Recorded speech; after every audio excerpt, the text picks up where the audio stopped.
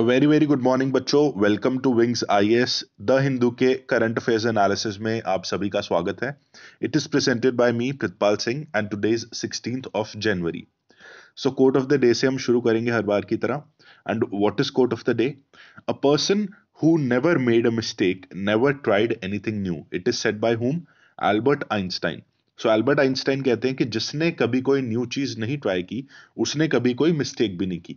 So that means अगर आप कोई भी न्यू चीज ट्राई करेंगे so mistakes are bound to happen. So mistake से मत घबराइए, आप बस न्यू चीजें ट्राई करते जाइए and eventually you will succeed. Now coming to the slide, ये हमने फर्स्ट अपने लेक्चर में डिस्कस की थी। जिसने नहीं देखी होगी अपना हमारा फर्स्ट लेक्चर जाके देख ले। उसमें we have covered why should we read newspapers in detail. Now coming to today's newspaper, आज का न्यूज़पेपर कुछ इस तरह दिख रहा है। अग्निवीर के रिलेटेड, बॉर्डर विलेजेस के रिलेटेड, मेंबर ऑफ पार्लियामेंट के रिलेटेड एंड एनडीएमए ने कुछ बोला है उसके रिलेटेड आज के न्यूज़पेपर में न्यूज़ है फ्रंट पेज पे। ओके, नाउ आज के इंपॉर्टेंट टॉपिक्स आज हम ये सब कवर करने वाले हैं। So let's start it one by one. First topic is government arms civilians in border villages. That is government ने सिविलियंस को आर्म्स प्रोवाइड की हैं कुछ बॉर्डर विलेजेस में। सो इसको हम डिटेल में देखते हैं। फर्स्टली हम समझ लेते हैं बेटा कि what are village defence committees. ठीक है, what are village defence committees. अब आपको पता होगा कि मिड 1990s में जब मिलिटेंसी काफी राइज पे थी जेएनके में, उस टाइम विलेज डिफेंस कमिटीज बनाई गई थी इन सेवरल डिस्ट्रिक्ट्स, किश्तवाड़, डोडा, रामबन। इन सब डिस्ट्रिक्ट्स में विलेज डिफेंस कमिटीज बनाई गई थी। And in village defence committees में कौन थे? जो रेजिडेंट्स थे रिमोट हिली विलेजेस के, वो इस कमिटीज में शामिल थे। एंड उनको क्या दिया गया था? उनको वेपन्स प्रोवाइड किए गए थे एंड आर्म्स ट्रेनिंग प्रोवाइड की गई थी सो that they can defend themselves.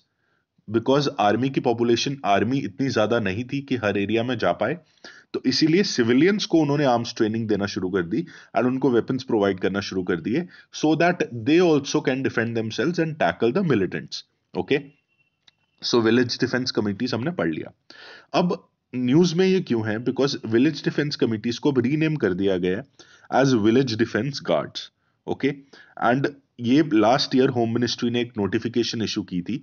उसमें ये बताया गया था कि new scheme is being launched where VDCs have been renamed as village defence guards. Okay, so that is why it becomes very very important. अब in VDGs also, village defense guard also, civilians would be provided with a gun, मतलब उनको gun provide की जाएगी and 100 rounds of ammunition provide की जाएगी। Goal same है, goal is to defend themselves and defend the territory. Goal is same, but बस नाम change कर दिया, अब नाम हो गया विलेज डिफेंस गार्ड्स। अब थोड़ी कुछ और इन्फॉर्मेशन जान लेते हैं इसके बारे में। या so both VDGs and VDCs are group of civilians. ये हमने पहले ही डिस्कस कर लिया कि सिविलियंस के ग्रुप्स होंगे ये, जिनको गन्स एंड एम्यूनेशंस प्रोवाइड की जाएगी मिलिटेंट्स को टैकल करने के लिए अगर इन केस कोई अटैक हो जाता है एंड सिक्योरिटी ब्रीच हो जाती है तो। अब ये किसके अंडर काम करेंगे? They will work under the direction of SPs and SSPs. दो जो उस डिस्ट्रिक्ट के एसपीज या एसएसपीज होंगे उनकी डायरेक्शन में ये वीडीजीज काम करेंगे। ओके, नाउ अब इसके हमने पॉजिटिव्स देखे कि it will protect people, it will act as a defence mechanism. But इसके काफी नेगेटिव्स भी हाईलाइट हुए थे जब ये मिड 1990s में ऑर्गेनाइज किया गया था। सो उसका हम कुछ पढ़ लेते हैं। सबसे पहली चीज, इनके अगेंस्ट एलिगेशन लगी थी of human rights violation. That is उन्होंने ह्यूमन राइट्स वायलेट किए हैं वैली में या फिर और भी डिस्ट्रिक्ट्स में जेएनके की ह्यूमन राइट्स वायलेशन हुए हैं through this VDCs, village defence committees. Okay, also other crimes के एलिगेशंस लगे थे, for example murder, rape, extortion, इन सब चीजों के। एंड एक ट्रिवियल नहीं, सॉरी, इंपॉर्टेंट डेटा मैं आपको बता देता हूं कि जेएनके की लेजिस्लेटिव असेंबली में एक डेटा रखा गया था इन 2016 कि अराउंड 28,000 सिविलियंस, मतलब approximately, were serving in 4200 वीडीसीज। 4200 village defence committees बनाई गई थी एंड उसमें कुछ करीब 28,000 सिविलियंस वर्क कर रहे थे। And one more fact is कि उनके अगेंस्ट 221 एफआईआर रजिस्टर हुई थी एंड 23 केसेस मर्डर के, 7 केसेस रेप के, ये 15 केसेस राइटिंग के एंड एनडीपीएस एक्ट के अगेंस्ट 3 केसेस हुए थे। ओके, सो एक फैक्ट है, इसमें ये आप कोट कर सकते हैं, अगर मेंस के आंसर में आएगा कि what are the negatives of village defence committees, तो आपने पॉजिटिव्स भी बताने हैं, नेगेटिव्स भी बताने हैं। Okay, now coming to next part is, ये एक छोटा सा बस एक फैक्ट है, फैक्ट या फिर एक एग्जाम्पल है जो आपने बस अपने मेंस आंसर में कोट कर देनी है। अगर आप कोई नोट्स बना रहे हैं तो उसमें बस इसको ऐड कर लीजिए कि डॉक्टर दीदीज एक इनिशिएटिव है सोशल कैपिटल को इनहांस करने के लिए in rural Jharkhand. And what is doctor didis, मतलब it is a group of empowered women जो कि झारखंड में एनिमल्स को वैक्सीनेशन और वो सब क्या कहते हैं जो फैसिलिटीज हैं वो प्रोवाइड करा रही हैं। So they are like doctor didis. Okay, मतलब उनको थोड़ी हेल्थ जो उनकी इंप्रूव करने के लिए एनिमल्स की, जो पोल्ट्री पोल्ट्री एनिमल्स हैं, गोट्स हैं, शीप्स हैं, उन सबको थोड़ा उनकी हेल्थ इनहांस करने के लिए जो एक social capital initiative rural Jharkhand में है, उन लोग उन जो उन the females who are working there, they are known as doctor didis. So ये एक बहुत अच्छा इनिशिएटिव है, आप ये आर्टिकल भी पढ़ सकते हैं न्यूज़पेपर में, एंड इसको आप कोड कर सकते हैं मेंस आंसर में, it will be very helpful for you. Now coming to next topic, एक ईआईए के रिलेटेड आज न्यूज में आया था, EIA environmental impact assessment. So इसको अब हम डिटेल में जानेंगे कि what is an environmental impact assessment and क्या क्या प्रोसेसेस होते हैं। सो एनवायरमेंटल इम्पैक्ट असेसमेंट, नाम से पता चल रहा होगा आपको कि एनवायरमेंट पे जो इम्पैक्ट हो रहा है उसको असेस करना, दैट मींस ईआईए। अब फॉर्मल डेफिनेशन एक बार देख लेते हैं। UNEP, United Nations Environment Programme ने बोला था कि EIA is a tool used to identify the environmental, social and economic impacts of a project prior to decision making। मतलब फॉर एग्जाम्पल आप एक मेट्रो कंस्ट्रक्ट कर रहे हैं, ठीक है, उससे पहले उसका EIA होगा, दैट इज उसका एनवायरमेंटल इम्पैक्ट जज किया जाएगा कि उस प्रोजेक्ट से एनवायरमेंट में क्या इम्पैक्ट होने वाला है, what will be the environmental, social and economic impact of a project. And project शुरू होने से पहले ही उसका इम्पैक्ट एक बार एनालाइज किया जाएगा, सो दैट डिसीजन लिया जाए कि इस प्रोजेक्ट में आगे बढ़ा जाए, जाना चाहिए कि नहीं जाना चाहिए। सो वो एक असेसमेंट जो की जाती है, that is known as environmental impact assessment. I hope आप सभी को समझ आया होगा। वो इसमें क्या क्या प्रोसेस फॉलो किया जाता है वो हम एक बार देखेंगे। First is screening. मतलब स्क्रीनिंग में कुछ नहीं होता, they just screen the basic data, जो बेसिक डेटा एंड फैक्ट्स हैं उस प्रोजेक्ट के रिलेटेड, उसको बस नॉर्मल स्क्रीनिंग करेंगे। देन स्कोपिंग, दैट इज थोड़ा उसमें इन डेप्थ जाएंगे, उसके स्कोप को एनालाइज करेंगे कि क्या ये प्रोजेक्ट है, क्या इसका इम्पैक्ट हो सकता है। उसके बाद comes the real impact analysis, जिसमें बताया जाएगा कि इस प्रोजेक्ट से ये लिस्ट बताई जाएगी कि ये एनवायरनमेंट को खतरा हो सकता है या ये इम्पैक्ट हो सकता है। सो इम्पैक्ट एनालिसिस में वो होगा। देन मिटिगेशन, अगर ये सब इम्पैक्ट हो रहा है तो रिपोर्ट में ये भी बताया जाएगा कि उसको मिटिगेट कैसे किया जाए। सो वो मिटिगेशन प्रोसेस के अंडर आता है। उसके बाद उन सब चीजों को रिपोर्ट किया जाएगा, एक रिपोर्ट फॉर्म में उसको प्रिपेयर किया जाएगा। आफ्टर दैट जो उस लोकेलिटी का एरिया होगा, वो एरिया होगा जिस जहां पे प्रोजेक्ट बनने वाला है, वहां पे पब्लिक हियरिंग रखी जाएगी। सो it is very important, public hearing रखी जाएगी। कॉमन लोकेलिटीज से लोगों को बुलाया जाएगा, सिटीजन्स को बुलाया जाएगा। देन उनसे उनके व्यूज जाने जाएंगे about that project and about the impact assessment. So this is very crucial part of this process, whole process. Then पूरा जो EIA रिपोर्ट बनेगी उसका एक रिव्यू होगा। अब पब्लिक हियरिंग हो गई एंड उसका एक रिव्यू होगा through experts, committee of experts review करेंगे उसका एनवायरमेंटल इम्पैक्ट असेसमेंट रिपोर्ट का। लास्ट में उस पर डिसीजन लिया जाएगा कि should we go ahead with the project और प्रोजेक्ट को बनाना फिजिबल नहीं है। ओके, सो ये डिसीजन लिया जाएगा एंड उसके बाद पोस्ट मॉनिटरिंग होगी। फॉर एग्जांपल अगर उन्होंने कुछ वेज सजेस्ट किए, कमिटी ने कुछ वेज सजेस्ट किए कि आप प्रोजेक्ट से प्रोजेक्ट बना सकते हैं, बट आपको कुछ वेज फॉलो करने पड़ेंगे जिससे एनवायरनमेंट को कम से कम डैमेज हो। सो वो पोस्ट मॉनिटरिंग में देखा जाएगा, that is after making the decision monitoring होगी उस डिसीजन की, that is known as post monitoring. इस पूरे प्रोसेस को हम कहते हैं environmental impact assessment. I hope you are understanding, it's a very important environment का कॉन्सेप्ट एंड आपके मेंस के सिलेबस में तो ये डायरेक्टली टॉपिक मेंशन्ड है। सो ये प्री में भी पूछा जा सकता है एंड मेंस में भी। मेंस में तो it is very high chance कि इसके रिलेटेड कोई क्वेश्चन आ जाए। Okay, now next news. What led to the governor CM rift in Tamil Nadu. अब तमिलनाडु में आपको पता होगा कि governor was addressing the legislative assembly, उसमें भी उनको जाना पड़ा एंड वापस जाना पड़ा बीच में अपनी स्पीच छोड़कर। सो गवर्नर और चीफ मिनिस्टर के बीच में रिफ्ट चल रही है तमिलनाडु में। अब हम, ये तो एक न्यूज आर्टिकल हो गया, बट हमने एग्जाम पॉइंट ऑफ व्यू से क्या कवर करना है, हमने गवर्नर के बारे में, गवर्नर की पावर्स के बारे में इसमें कवर करना है कि what is the extent of governors power. तो उसको देखते हुए हम देखते हैं कि सबसे पहले हम देखते हैं what is who is a governor, मतलब how is governor related to a state. Chief minister तो हमें पता है he is head of the state और head of the government in the state, उनको इलेक्ट किया जाता है, बट गवर्नर के बारे में लोगों को कम पता होता है। So let's discuss about it. First of all, in India governor is a nominal head, मतलब रियल पावर्स सारी चीफ मिनिस्टर के पास है। जैसे हमारी पूरी कंट्री में real powers are with the prime minister and president is a nominal head. So उसी तरह स्टेट में governor is a nominal head, जो रियल पावर्स हैं they are with the chief minister of the state. Also president, आपको पता होगा president को elect किया जाता है थ्रू इनडायरेक्ट इलेक्शंस। जो मेंबर ऑफ पार्लियामेंट्स हैं, मेंबर ऑफ लेजिस्लेटिव असेंबलीज हैं, वो वोट करते हैं प्रेसिडेंट ऑफ इंडिया के इलेक्शन में। बट गवर्नर्स के कोई इलेक्शन नहीं होते। गवर्नर्स को जस्ट सिलेक्ट किया जाता है बाय द यूनियन गवर्नमेंट। वो बस गवर्नर्स सारी स्टेट के खुद सिलेक्ट करती हैं एंड गवर्नर्स अपॉइंट हो जाते हैं। गवर्नर्स में no election is involve. It's a very very important fact. Also governor एक नॉमिनल हेड तो है ही है, साथ में governor is the constitutional head of the state as well. मतलब constitutionally who is head of the state अगर आपसे कोई पूछे तो वो है गवर्नर। एंड अगर आपसे पूछे in real terms, in real power basis, who is head of the government in state, वो आप बोलेंगे chief minister. But who is constitutional head of a state, वो गवर्नर हो जाएंगे। ओके।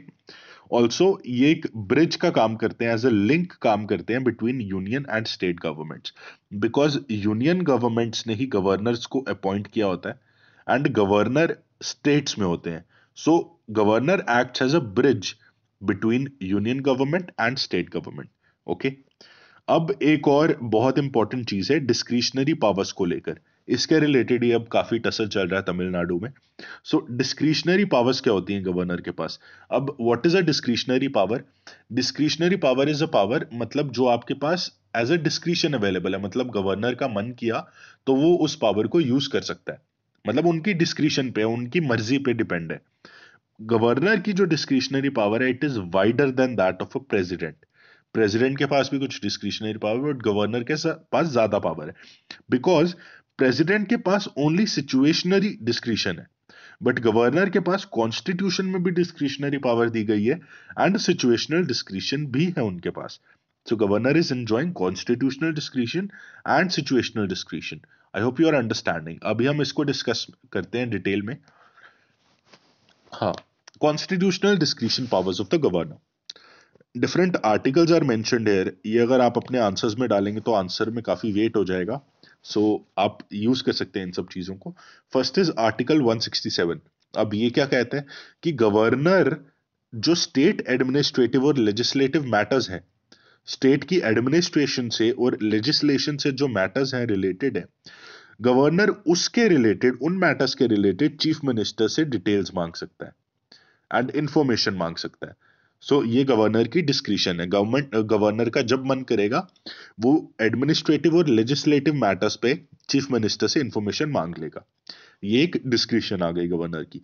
अब आर्टिकल 200 के अंडर गवर्नर जो बिल है, कोई भी अगर स्टेट लेजिस्लेटिव असेंबली में बिल पास हो रहा है, उस बिल को प्रेसिडेंट्स कंसिडरेशन के लिए रख देगा कि अभी आप इस बिल को पास नहीं कर सकते, अभी ये बिल मैं प्रेसिडेंट के पास भेजूंगा एंड उनकी कंसिडरेशन लेकर ये बिल पास किया जाएगा। कुछ ऐसे टाइप के बिल्स होते हैं जिनको governor can reserve for president's consideration. So ये एक गवर्नर की डिस्क्रिशन है।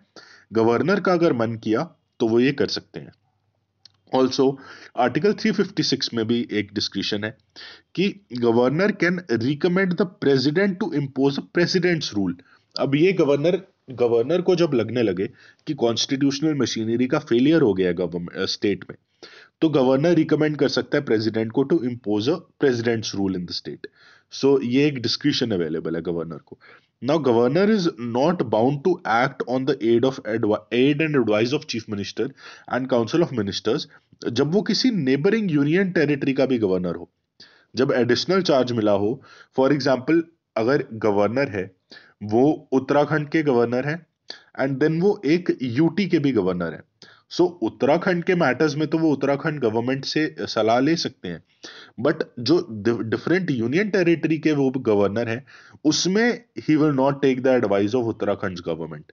ओके, बट उत्तराखंड के मैटर्स में उनको aid and advice of the chief minister of Uttarakhand, उनकी एड एंड एडवाइस से काम करना पड़ेगा। So I hope you are understanding this. Now coming to sixth schedule. अब सिक्स्थ शेड्यूल ट्राइबल्स के रिलेटेड है, ट्राइबल डिस्ट्रिक्ट काउंसिल्स के रिलेटेड है। उसमें भी गवर्नर को कुछ डिस्क्रिशंस हैं रिगार्डिंग द रॉयल्टी जो मिनरल एक्सप्लोरेशन से पे की जाती है। सो ये हमने कॉन्स्टिट्यूशनल डिस्क्रिशन डिस्कस कर ली। आप एक चीज कर सकते हैं, अगर थोड़ा आपको और इंफॉर्मेशन जाननी है, आप situational discretion powers of the governor, ये लक्ष्मीकांत में गिवन है, आप उधर से देख सकते हैं या इंटरनेट पर सर्च करके आप situational discretionary powers of the governor you can search. Now coming to where do Indian cities stand on toxic air, ये काफी न्यूज में चल रहा है। अभी हम टॉक्सिक एयर का तो नहीं पढ़ेंगे, हम पढ़ेंगे इसके अंडर जो एक सिविल सर्विसेज के रिलेटेड या स्टेट एग्जाम्स के रिलेटेड जो एक इंपॉर्टेंट टॉपिक बनता है, वो है national clean air campaign, NCAC। ठीक है, नेशनल क्लीन एयर कैंपेन जो है, that is national clean air programme भी इसको कहते हैं, NCAP। उसके रिलेटेड हम पढ़ेंगे डिटेल में कि what is NCAP। Firstly, national clean air programme launch किया गया था 2019 में, एंड इसका मेन रोल था to commit funds and set targets जो कि 131 most polluted cities of India के रिलेटेड है। मतलब कि ये फंड्स कमिट करेंगे एंड टारगेट सेट करेंगे for 131 most polluted cities in India. And ये 131 कौन सी सिटीज हैं?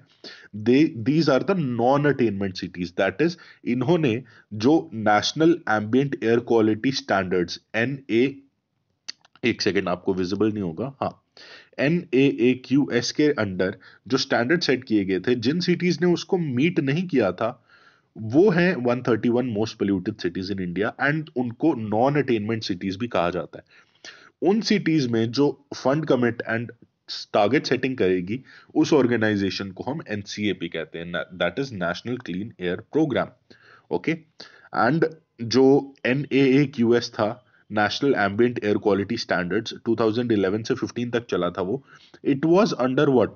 It was under the national air quality monitoring programme. एक national air quality monitoring programme launch किया गया था to monitor the air quality in a country, कि air quality worse है या बहुत अच्छी है या बहुत ही ज्यादा बुरी है, उसको मॉनिटर करने के लिए एक प्रोग्राम चलाया गया था known as national air quality monitoring programme, and उसके अंडर ये NAAQS आया था, that is national ambient air quality standards. It's very important for your prelims perspective. Okay, now अब ये सब तो ठीक है। अब न्यूज में आप सुनते होंगे कि पर्टिकुलेट मैटर के बारे में काफी सुनते होंगे, जब भी आप पोल्यूशन की न्यूज सुनते होंगे तो, कि particulate matter has increased, it has decreased. So we'll discuss what is a particulate matter. First of all, particulate matter is nothing जब सॉलिड पार्टिकल्स और लिक्विड ड्रॉपलेट्स जो एयर में फाइंड की जाती हैं, वो जब मिक्स हो जाए एयर में, जब जो solid particles of pollution and liquid droplets found in the air they get mixed, तो उस मिक्सचर को we call as particulate matter. And उससे विजिबिलिटी खराब हो जाती है, स्मॉग आ जाती है, एंड काफी ज्यादा पोल्यूशन हो जाती है एयर में।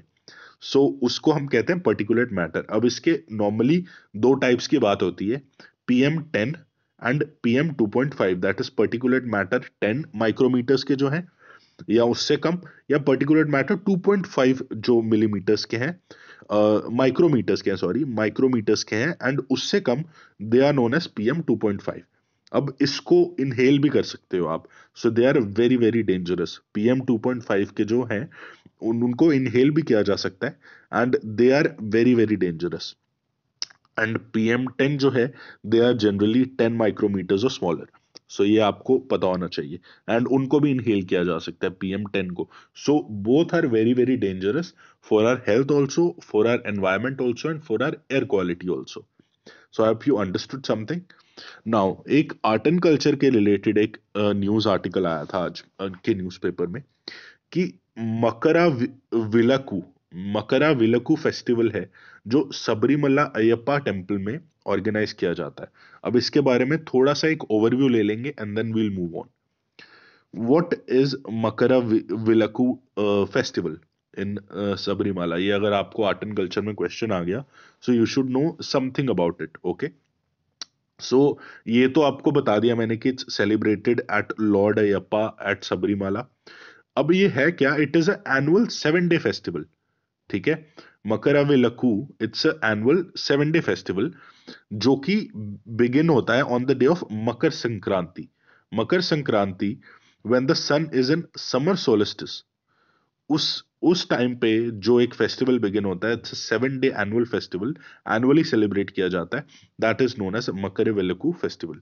अब इसमें हाईलाइट क्या है कि there is appearance of Makar Jyoti, a celestial star which appears on the day of Makar Sankranti on the top of Kantamala Hills. So एक celestial star appear होता है मकर ज्योति इस इवेंट पे and on the day of Makar Sankranti at the top of Kantamala Hills. So this you should know as a fact. Okay. And ये कैसे होता है? एक रिचुअल होता है गुरुथी करके जिसमें ऑफरिंग की जाती है gods and goddesses of wilderness को।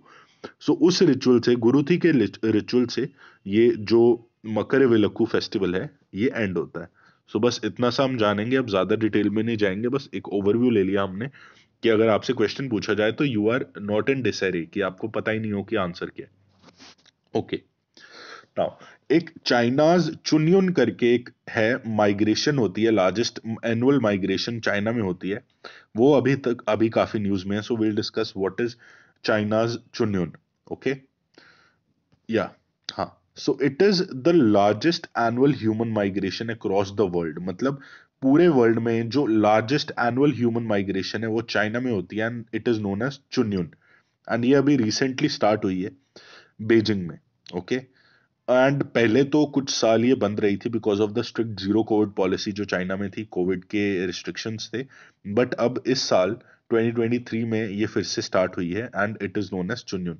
अब होती क्यों है ये माइग्रेशन? क्यों होती है? इंटर कंट्री माइग्रेशन हो रही है ये, सॉरी इंट्रा कंट्री माइग्रेशन हो रही है। एक कंट्री के अंडर ही माइग्रेट कर रहे हैं लोग from one city to different city. Why it is happening? It is happening because of the Chinese new year. So लोग अपने अपने घर जाते हैं, देन टेम्पल्स विजिट करते हैं, बहुत जगह विजिट करते हैं। सो चुनियन में it is known as Chinese new Year and ये एक काफी सेलिब्रेटेड मतलब चीज है चाइना में। एंड ये ल्यूनर कैलेंडर के हिसाब से अपना न्यू ईयर सेलिब्रेट करते हैं। सो अभी वो पीरियड शुरू हो गया है चाइनीज न्यू ईयर का। सो इसीलिए people are travelling so much. And ये चुन्युन बस आपको पता होना चाहिए। कभी कभार ये ऐसा एज अ लाइक फैक्ट पूछ लेते हैं या फिर एक एज अ वर्ड डिस्क्रिप्शन पूछ लेते हैं कि चुन्युन का मीनिंग पूछ लिया आपसे, कि आपको पता होना चाहिए कि it is related to Chinese new Year and China के रिलेटेड है। ऑल्सो एक और न्यूज थी एफएसआईबी के रिलेटेड। ठीक है, कि एफएसआईबी ने कुछ बोर्ड ऑफ डायरेक्टर्स अपॉइंट किए हैं बैंक्स के कुछ, तो वो सब न्यूज थी। अब what is FSIB? It is a successor of bank boards bureau. अब बैंक बोर्ड ब्यूरो क्या करता था? वो अपॉइंट करता था सारे जो हमारी कंट्री के बैंक्स हैं उनके हेड्स को अपॉइंट करता था। सो उसको रिप्लेस कर दिया गया because it was declared as incompetent. Then a government body बनी डिपार्टमेंट ऑफ फाइनेंशियल सर्विसेज के under, which was known as FSIB, that is financial services institutions bureau. जो कि इनका प्राइमरी रोल क्या है? To identify man power capabilities and ensure proper selection of talent for senior positions. जो banks में government owned financial institutions हैं उनमें जो सीनियर पोजीशन में जो एग्जीक्यूटिव्स हैं उनको कौन चूज करता है? एफएसआईबी चूज करता है। सो ये इनका मेन रोल है। एंड ऑल्सो ये फुल टाइम डायरेक्टर्स की अपॉइंटमेंट में या नॉन एग्जीक्यूटिव चेयरमैन जो स्टेट रन फाइनेंशियल इंस्टीट्यूशंस के हैं उनकी भी अपॉइंटमेंट में मदद करता है। Okay, also, the final decision on FSIB recommendation would be taken by the Appointments Committee of the Cabinet. जब जो कैबिनेट की कमिटीज होती हैं, आपको पता होगा कॉन्स्टिट्यूशन में, लॉ में आपने पढ़ा होगा कि कैबिनेट की देयर आर सेवरल कमिटीज जो कि पर्टिकुलर इश्यूज को देखती हैं। सो उसमें एक कमेटी है अपॉइंटमेंट्स कमेटी। वो फाइनल डिसीजन लेती है on the basis of recommendation of FSIB. Okay, so FSIB का मेन रोल क्या है? बैंक्स में जो सीनियर पोजीशन के लोग हैं उनको they appoint FSIB. Simple. Now, the last news for today and the last article for today is BIMSTEC. BIMSTEC एक मल्टीलेटरल ऑर्गेनाइजेशन है, वो काफी न्यूज में थी बिकॉज एक एंटी टेरर मीट हुई थी न्यू दिल्ली में of the BIMSTEC countries. Okay, now let's study, एक ओवरव्यू देख लेते हैं कि व्हाट इज बिम्स्टेक। बिम्स्टेक की फुल फॉर्म है bay of Bengal initiative for multi sectoral technical and economic cooperation. एक रीजनल ग्रुपिंग है मल्टीलेटरल कंट्रीज की, जो कि 1997 में स्टार्ट की गई थी। एंड इसके मेंबर्स हैं Bangladesh, India, Myanmar, Sri Lanka, Thailand, Bhutan and Nepal. They are the members of Bay of Bengal initiative for multi sectoral technical and economic operation. अब इसका मेन रोल तो आपको नाम से ही समझ आ गया होगा कि ये मल्टी सेक्टोरल टेक्नोलॉजी में और इकोनॉमिक कॉपरेशन में बिलीव करते हैं, एंड उसको इनहांस करने के लिए एक रीजनल ग्रुपिंग बनाई गई है known as BIMSTEC, and it was launched by signing Bangkok Declaration. It is very very important, ये प्रीलिम्स में क्वेश्चन आ भी चुका है एंड आगे भी आने के चांसेस है कि बैंकॉक डिक्लेरेशन जो थी that is related to BIMSTEC. इतना हमें पता होना चाहिए। Now coming to question of the day, which of the following is not a member country of BIMSTEC. अभी अभी मैंने कंट्रीज के नाम बताया, अब पिछली स्लाइड में मत जाइएगा एंड डायरेक्टली आंसर दीजिएगा अपनी नॉलेज से कि which is not a member country of BIMSTEC. India, Myanmar, Nepal और China. Note is very important कि इनमें से कौन सी कंट्री बिम्स्टेक की मेंबर नहीं है। इसका आंसर कमेंट सेक्शन में दीजिए and I will be giving the correct answer also in comment section only. Also, thank you very much for watching this lecture, and this is a new initiative by Wings IAS. अगर आपको ये initiative अच्छा लगा हो then share it with your friends also, so that they can also get help and उनको भी थोड़ी empowerment हो, न्यूज़ के बारे में पता चले daily what is happening in our country.